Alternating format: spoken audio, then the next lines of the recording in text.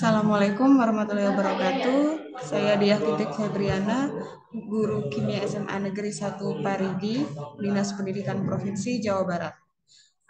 Pada video pembelajaran ini, saya akan menyampaikan materi tentang minyak bumi, yaitu materi pelajaran kimia kelas 11 semester 1.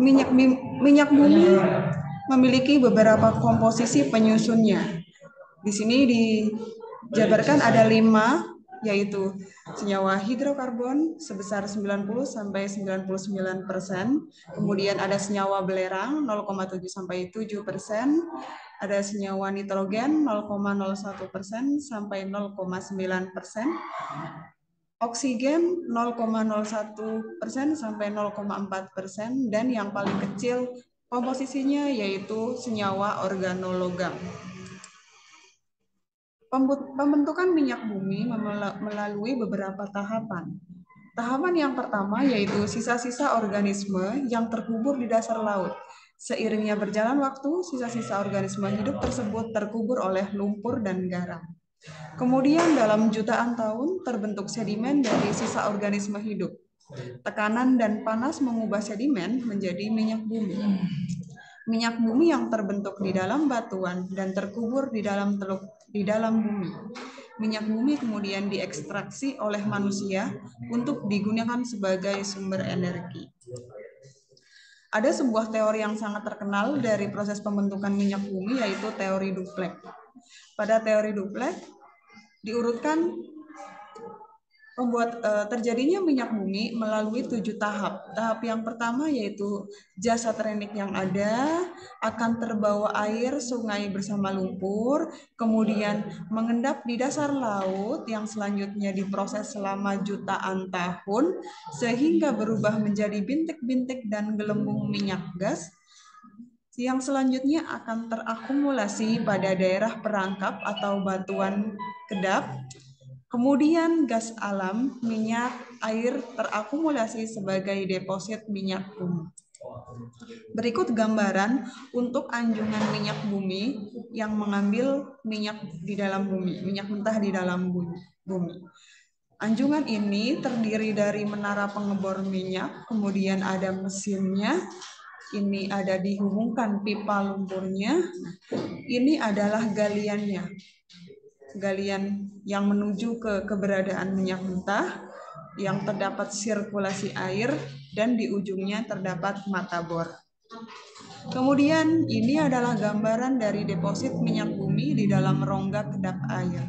Bisa kita simak dari gambar ini, minyak bumi yang akan diambil posisinya ada di daerah ini. Kemudian di sini terdapat gas alam. Di sini berupa kubah garamnya, ini lapisan kapur. Pengolahan minyak bumi. Pengolahan minyak bumi ada 2 tahapan. Tahapan pertama dilakukan dengan destilasi bertingkat, yaitu suatu proses destilasi berulang-ulang sehingga didapatkan berbagai macam hasil berdasarkan perbedaan titik didihnya. Dari gambar ini kita dapat mengetahui bahwa minyak mentah kemudian masuk ke dalam tungku pembakaran. Selanjutnya, pada saat proses pembakaran akan dipisahkan berdasarkan titik didihnya. Untuk senyawa dengan titik didih paling rendah akan didapatkan terlebih dahulu. Pada suhu kurang dari 20 derajat Celcius didapatkan LPG. Pada suhu 30 sampai 85 derajat Celcius didapatkan bensin. Pada suhu 85 sampai 175 derajat Celcius didapatkan nafta. Pada suhu 175 sampai 230 derajat Celcius didapatkan aftur, yaitu bahan bakar pesawat terbang. Kemudian pada suhu 230 hingga 340 derajat Celcius didapatkan solar. Pada suhu 340 hingga 565 derajat Celcius didapatkan bahan bakar untuk kapal. Dan yang terakhir, suhu lebih dari 565 derajat Celcius didapatkan residu, yaitu aspal. Selanjutnya, pengolahan tahap kedua. Pengolahan tahap kedua disebut juga proses lanjutan. Ada 4 kegiatan yang bisa dilakukan. Yang pertama adalah cracking atau perengkahan. Cracking atau perengkahan ini merupakan peristiwa perubahan struktur kimia senyawa-senyawa hidrokarbon yang meliputi pemecahan rantai, pembentukan alkil atau alkilasi, penggabungan rantai karbon atau polimerisasi, perubahan struktur yaitu reformasi dan perubahan isomer atau isomerisasi. Yang kedua, bisa dilakukan ekstraksi, yaitu pembersihan produk dengan menggunakan pelarut sehingga didapatkan hasil lebih banyak dengan mutu yang lebih baik. Yang ketiga, proses kristalisasi. Proses pemisahan produk melalui perbedaan titik cairnya. Misalnya dari pemurnian solar melalui proses pendinginan, penekanan, dan penyaringan akan diperoleh produk sampingan berupa lilin. Dan yang keempat adalah treating atau pembersihan dari kontaminasi. Nah, pada tahap ini, kotoran yang masih ada dibersihkan dengan cara menambahkan kaustik soda api atau natrium hidroksida, tanah liat atau juga melalui proses hidrogenasi. Nah, berikut ini ada hasil dari pengolahan minyak bumi berdasarkan titik didihnya dan jumlah atom karbon yang dihasilkan dari perbedaan titik didih ini. Dapat kita ketahui bersama, gas senyawa berupa gas didapatkan terlebih dahulu.